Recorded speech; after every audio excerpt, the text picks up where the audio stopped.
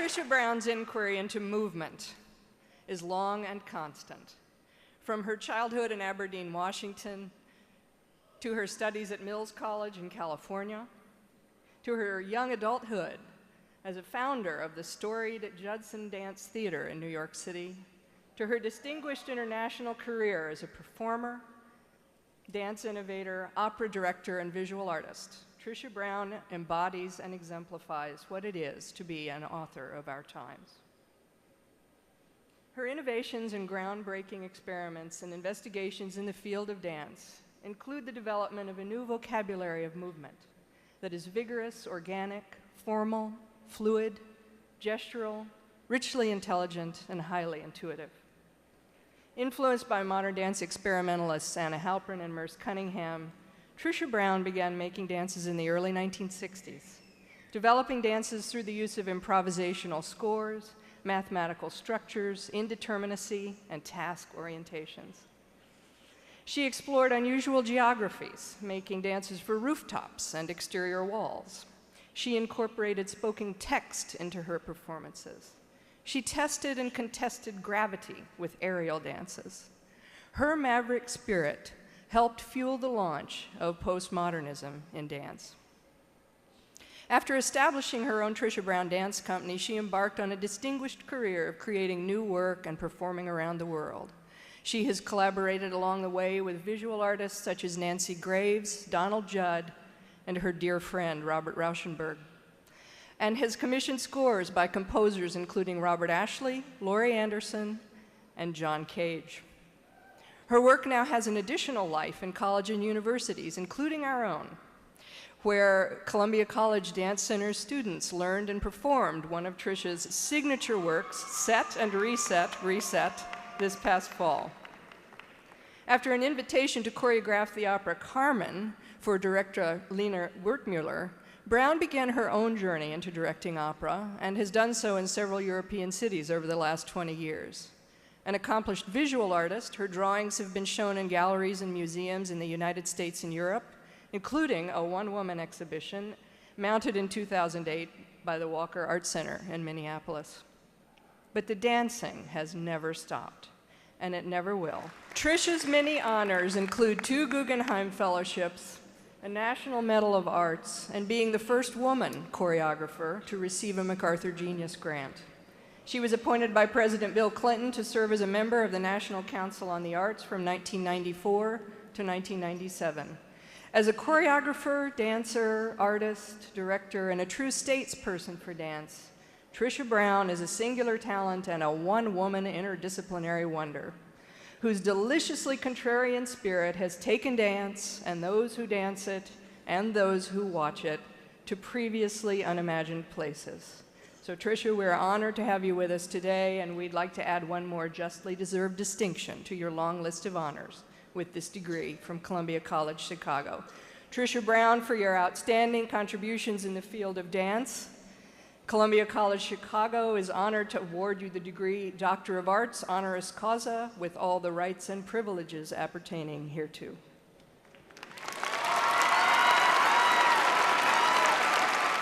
Believe in yourself. It took me a long time to learn to do that. Arriving in New York,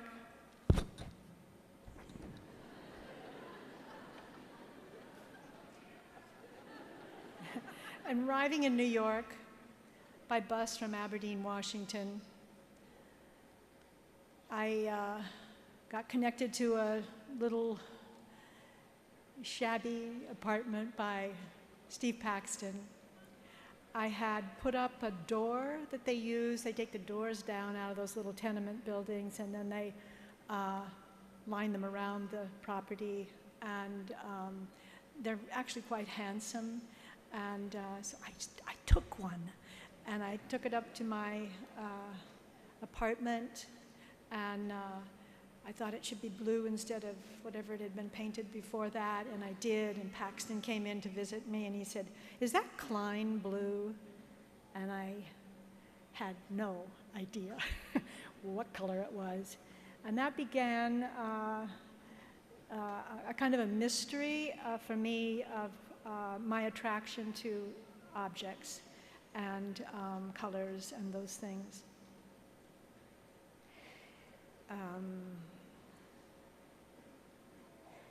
Paxton, I cut a path to Steve Paxton because Simone Forti and I had crossed the boundary of choosing to work in improvisation when it was considered a very bad thing to do.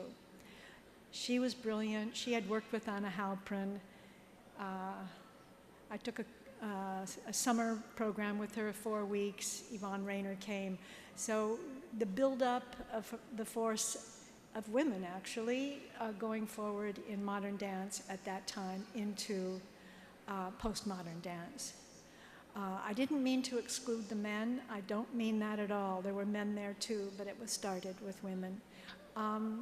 Simone Forti, Yvonne, I'd like to tell you of the time I watched her systematically sprain her ankle by standing, kicking one leg up to here, and then hitting it so it went around, and I saw the outside standing ankle give every time she did it.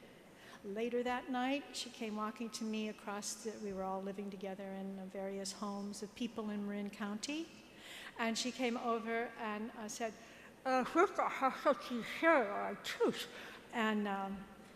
I knew exactly that it wasn't her tooth. It was the ankle, gone. Simone Forti was the leader of us all.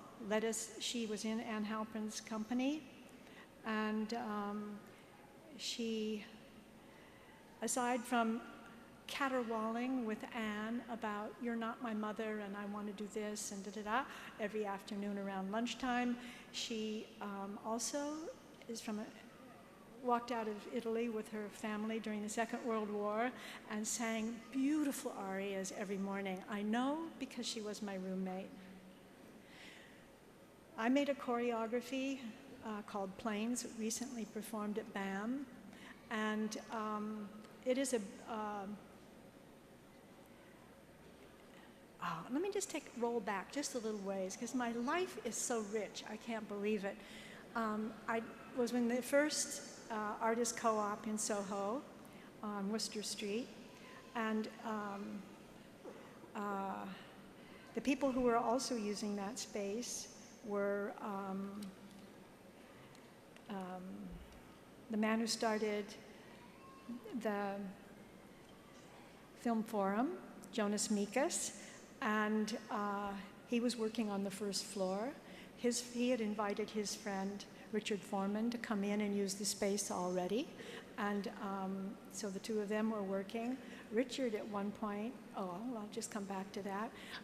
Richard was making a set also and working in the area, and I would come down after lunch every afternoon with my young son, and he would look at European films, especially the Italian variety. That was a good childhood.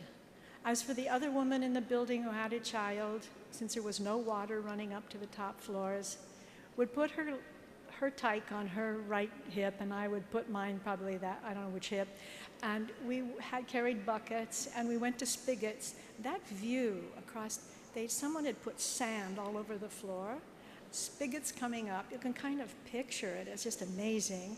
And we would put our buckets underneath, get a bucket of water, and head back up the elevator to continue the tail end of the day. Yeah.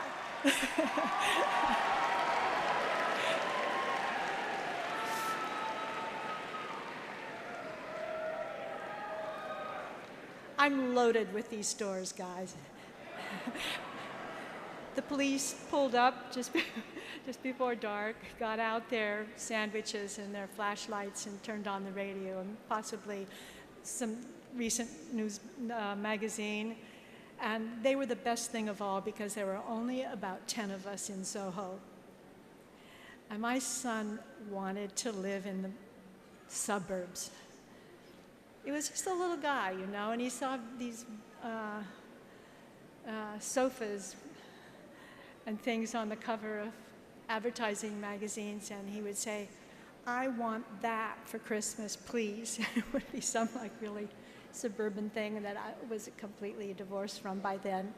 And then I heard him about 7 years later say to someone, "I'm second generation Soho."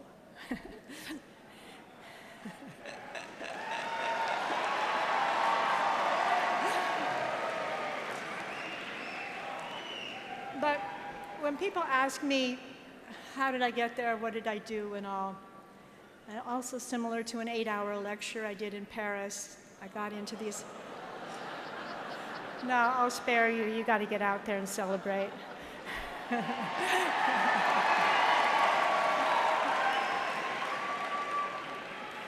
Anyway,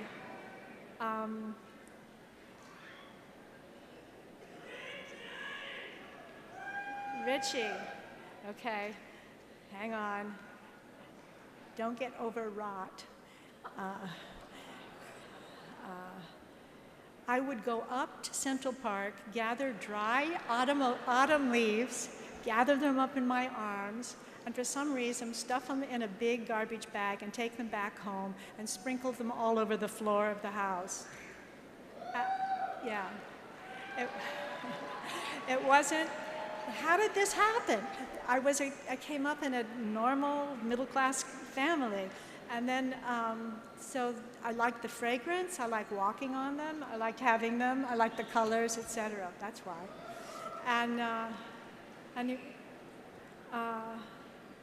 anyway, I shall tell you that there is a mystery to how one goes forward.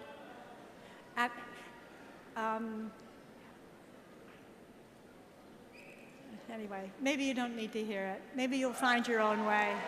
Okay? I think you will. Thank you very much.